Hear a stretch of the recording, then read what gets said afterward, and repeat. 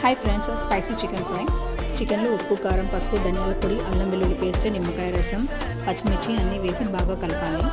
ఒక half an hour ఫ్రిడ్జ్లో పెట్టి మ్యారినేట్ చేయాలి. హాఫ్ అన్ అవర్ అయ్యాక ఒక బాండీలో ఆయిల్ వేసి చికెన్ వేసి 15 to 20 మినిట్స్ సిమ్లోనే పెట్టి మగ్గించాలి. అండ్ లాస్ట్లో కొత్తిమీర, కరివేపాకు వేసి కలబెట్టి 2 మినిట్స్ ఉంచి దింపడమే. కరివేపాకు వేస్తే చాలా టేస్ట్ బాగుంటుంది. టేస్ట్ మాత్రం రియల్లీ అదర్స్. కలర్ మీరే చూడండి ఫ్రెండ్స్, ఎంతో బాగా అదిరిపోయింది. Please like, share and comment, subscribe to my channel. Thank you so much friends.